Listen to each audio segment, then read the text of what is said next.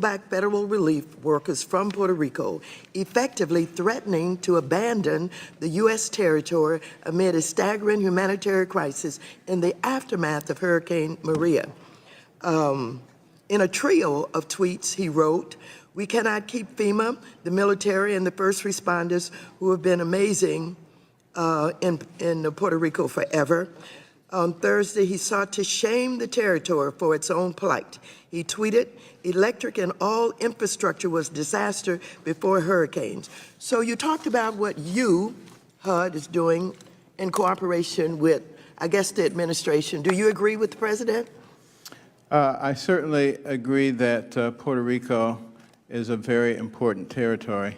The people from Puerto Rico have contributed greatly to the culture of America. Well, I'm not talking about that. What I'm talking about is these tweets where the president threatened to abandon Puerto Rico recovery efforts. Do you agree that they should be abandoned, that Puerto Rico should be abandoned? Well, first of all, as I was saying, Puerto Rico is a very important part of our culture. No, I know it's important, but I want to know whether or not you agree with the president who's threatening to abandon Puerto Rico recovery efforts. I think I just said I have no intention of abandoning Puerto Rico. They're a very important part of who we are. So you don't agree with the president? He tweeted, "Electric and all infrastructure was a disaster before the hurricanes," and sought to shame the territory for its own plight. Do you share that opinion? I think that our job is to make sure that we take care of the disaster that has occurred. So you don't agree that it should be abandoned, is that right? Of course it should not be abandoned. And you don't think that they should be shamed for its own plight, is that right? There is no question that there have been a lot of difficulties in Puerto Rico. They ended up. Should they be shamed for its own plight? In debt.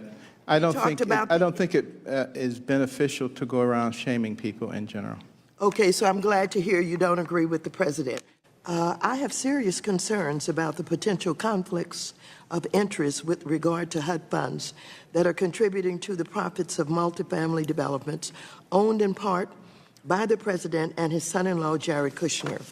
Do you think it's appropriate that the president and his family are profiting from federal government funding intended to support low-income families? If you can give me a specific example, I can address that question. Well, I want to know if you think it's appropriate that the president and his family are profiting from any federal government funding intended to support low-income families. I don't think it's appropriate for public officials in general to do that. Okay. Do you stand by the president's decision not to divest himself of his interest in properties that receive HUD funding? I think the best thing to do is tell me specifically what you're talking about, and then I can address it. What have you done to ensure that HUD is properly handling these unprecedented conflicts of interest? Again, if you can tell me what the specific thing is, I can address it. These properties that are owned in part by the president or Mr. Kushner are also reportedly in very bad condition. You know Starrett City, don't you?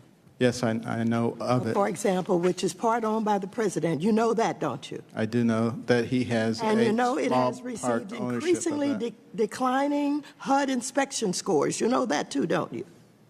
Do I know what now? That it has increasingly declining HUD inspection scores. I know that there are problems there, yes. But specifically, do you know that Starrett is a problem, that they have received increasingly declining HUD inspection scores? Do you know that? I know what is necessary to know as the Secretary of HUD regarding that. Do I know all the numbers about Starrett? No, I don't want you to know all the numbers. All I want you to know is about Starrett. Starrett, everybody kind of knows a lot about Starrett, and it's partially owned by the president. You are the HUD Secretary, and you're in a conflict of interest situation. And I just want to make sure you understand what you are overseeing. Do you know that they have declining HUD inspection scores? I know that they've been having difficulty. Okay, so you know that they have not passed inspection. What are you doing to ensure that these HUD residents are not suffering as a result of poor management and lack of investment by its profit-motivated owners? Well, of course, we oversee the PHAs that are involved with that and work with them, as we do with the ones all around the country.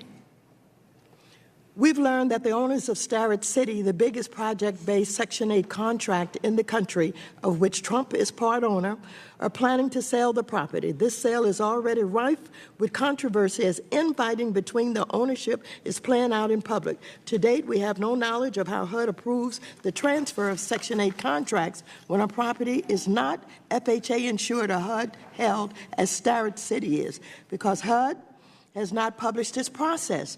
HUD has the ability here to insist upon things like robust tenant protections and longer affordability requirements, but the process is frankly unknown. Have you gotten involved with this? It's a big issue. We have a very well-formulated group that deals with these kinds of issues. And they will deal with this one in the same way that they deal with all such issues. There won't be anything that's done differently here than has been done. They have not kept you appraised of what they're doing? Excuse me? Are you satisfied with the progress that they're making? They will handle this as they have handled all things. So you don't know. They have not kept you appraised. You don't know whether or not the process is working. So I would like a full accounting of the process that your department is planning to employ, including all decision points and who will make them should this process move forward. And so I want you to commit to that because, again, this is a big project that's owned partially by the President of the United States, and I want to know how this sale is going to work, what kind of protections these tenants are going to have, and you should keep yourself appraised of it because I'm going to want to know, as others will want to know, how it is progressing. We'll be happy to work with you and your staff to disseminate that information. Time. There's one thing that stands out in my mind based on the campaign and looking at what happened in the primaries and things that the president said and how he talked to you and others and demeaned you so much. But one of the things that stands out in my mind so vividly is how he mocked and mimicked a disabled journalist. And so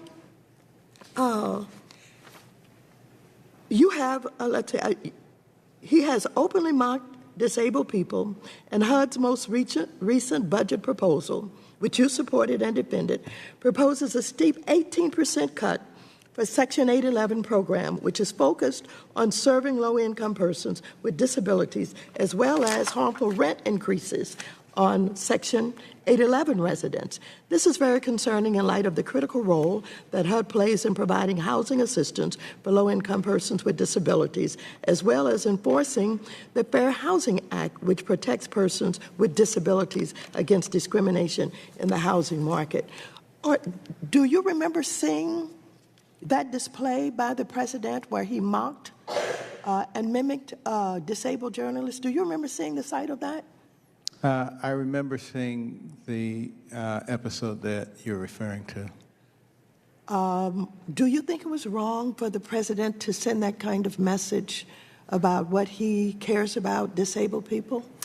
Well, you know, I'm not really here to talk about the president. I really want to talk about the people that we're trying to help. Well, yes, I want to talk about the people too. Right now, I want to talk about the disabled people. And I want to know if his attitude is such that it is reflected in this budget and you defend the budget, and are you defending in any shape, form, or fashion the fact that the person who wanted to be the president of the United States of America for all people would treat disabled people that way? What do you think about that?